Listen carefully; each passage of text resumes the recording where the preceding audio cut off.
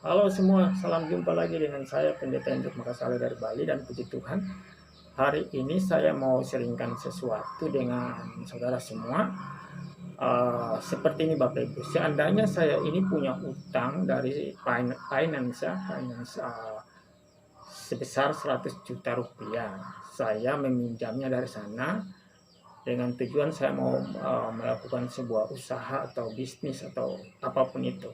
Saya dapatkan uang 100 juta rupiah, kemudian dengan persyaratan-persyaratan yang ada di finance tersebut, mereka akhirnya menyetujui saya meminjam uang dari mereka 100 juta. Tetapi dalam perjalanan saya untuk mencicil utang itu kembali kepada mereka, utang plus bunganya, saya sudah nggak mampu dan saya udah nggak bisa lagi menyelesaikan utang saya tersebut.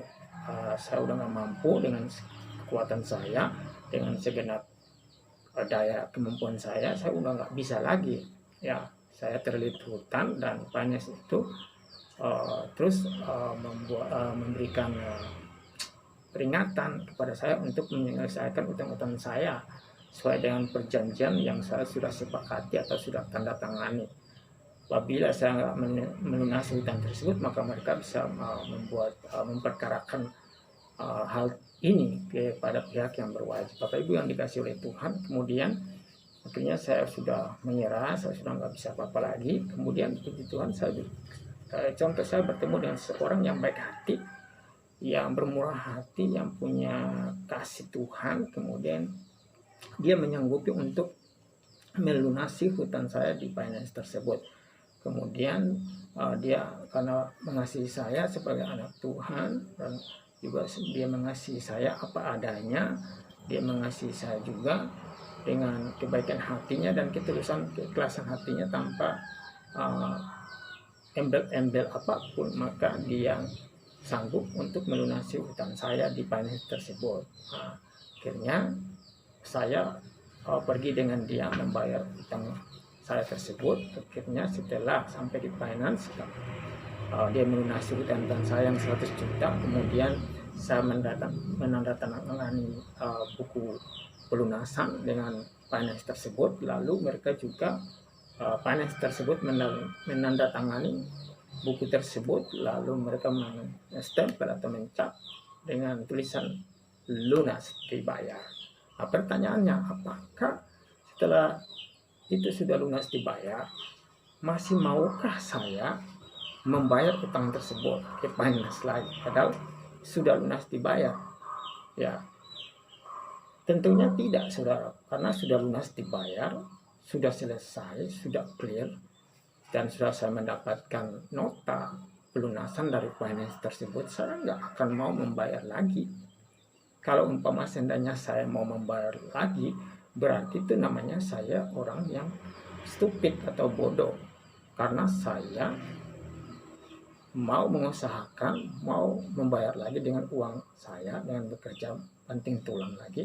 Padahal orang yang baik hati, yang bermurah hati itu, dan tidak punya embel-embel atau tidak menyuruh saya kembalikan lagi uangnya yang dia sudah pakai membayar lunas utang saya itu, tapi saya mau mencoba lagi membayar utang tersebut, itu namanya saya bodoh.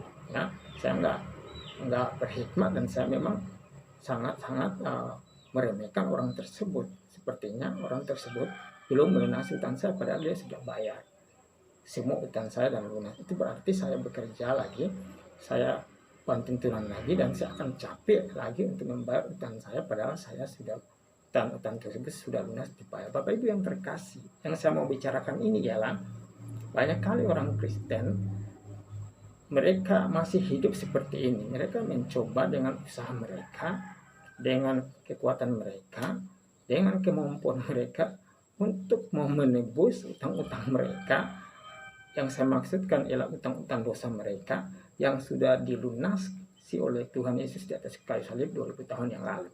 Banyak orang mau berusaha lagi membayar utang dosanya padahal dia nggak sanggup membayar dengan kemampuan usaha atau dengan dirinya sendiri.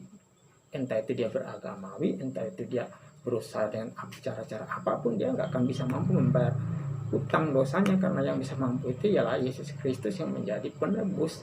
Makanya Yesus Kristus di atas kayu salib mengatakan bahwa sudah selesai, tetelestai, artinya sudah genap, sudah tuntas, sudah lunas, dibayar semua utang-utang dosa kita.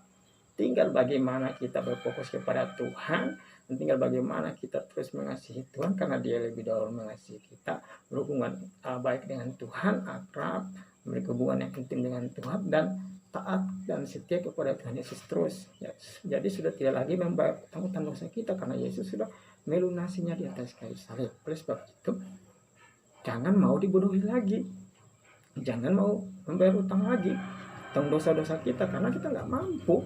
Yesus sudah membayarnya dengan darahnya dan dengan persembahan tubuhnya yang sempurna. Oleh sebab itu, Bapak Ibu yang terkasih, jangan coba-coba Anda berpikir seperti orang bodoh mau membayar lagi utang dosa saudara itu, karena Yesus sudah mengganti saudara dan sudah membayar lunas semua di atas kayu salib 2000 tahun yang lalu. Bahkan Dia sudah bangkit untuk kita. Oleh sebab itu, jangan kita mau jadi orang yang aneh dan orang yang bodoh, mau coba-coba dengan usaha kita, dengan perbuatan kita, dengan cara-cara agamawi, seakan-akan kita mampu melunasi utang-utang dosa kita. Itulah yang terjadi sekarang. Banyak orang yang masih mau mencoba membayar utang-utang dosanya, padahal Yesus sudah membayar lunas. Ya, itu artinya mereka masih hidup di bawah hukum Taurat.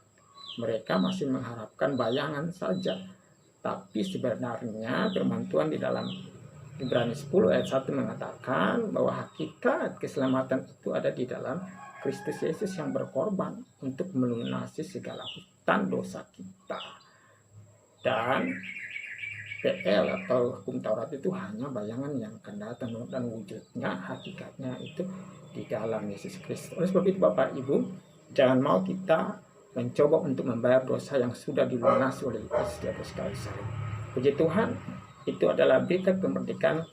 Saudara harus yakin bahwa hutang-hutang dosa kita semua telah dibayar di atas kayu salib oleh Yesus Kristus. Oleh sebab itu, kita nggak punya hutang lagi, tapi kita sudah menjadi orang benar karena dibenarkan oleh Yesus Kristus, diampuni, dikuduskan, ditebus, supaya kita ini memberitakan kabar baik sehingga banyak orang bisa menjadi orang percaya juga. Jadi jangan lagi berfokus kepada utang dosa-dosa itu, tetapi bagaimana engkau bisa menjadi alat dan duta-duta Kristus sehingga engkau bisa memberitakan kabar baik, sehingga anugerah keselamatan yang saudara dapat, keselamatan yang saudara terima, hidup kekal yang saudara terima, itu juga bisa dinikmati oleh sahabat-sahabatmu, keluargamu yang belum percaya Tuhan, dan orang-orang tetangga-tetanggamu.